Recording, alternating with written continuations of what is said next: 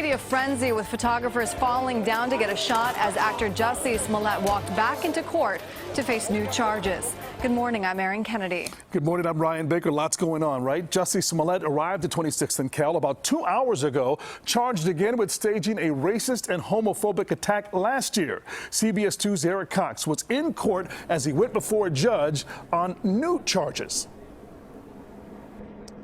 Yeah, good morning, Ryan and Aaron. That's right. That hearing just ended minutes ago. Jussie Smollett arraigned and his plea not guilty. His attorneys saying that on his behalf in front of the Honorable Judge James Lynn, who was just picked moments ago as well. He's a former state's attorney. He's the one who will be overseeing this matter moving forward. Now, that was a decision that came down a couple of hours earlier. We had to do quite a bit of waiting before that information came our way. But the legal process for Jussie Smollett now starts from the beginning. We are essentially in the same spot we were a year ago when Smollett was initially charged. The biggest difference this time is that the Cook County State's Attorney's Office will not be prosecuting the actor. Instead, it will be a special prosecutor. Now, Smollett arrived at court today flanked by his legal team as well as his siblings. An arrangement was made between the special prosecutor in this case, Dan Webb, and Smollett to allow the actor to show up voluntarily instead of turning himself into police or being issued a warrant. Now, brothers Ola and Abel Osundairo also showed up to court with their attorney. They, of course, claim that Smollett paid them to stage the racist and homophobic attack. Smollett sticking to his version of that same story,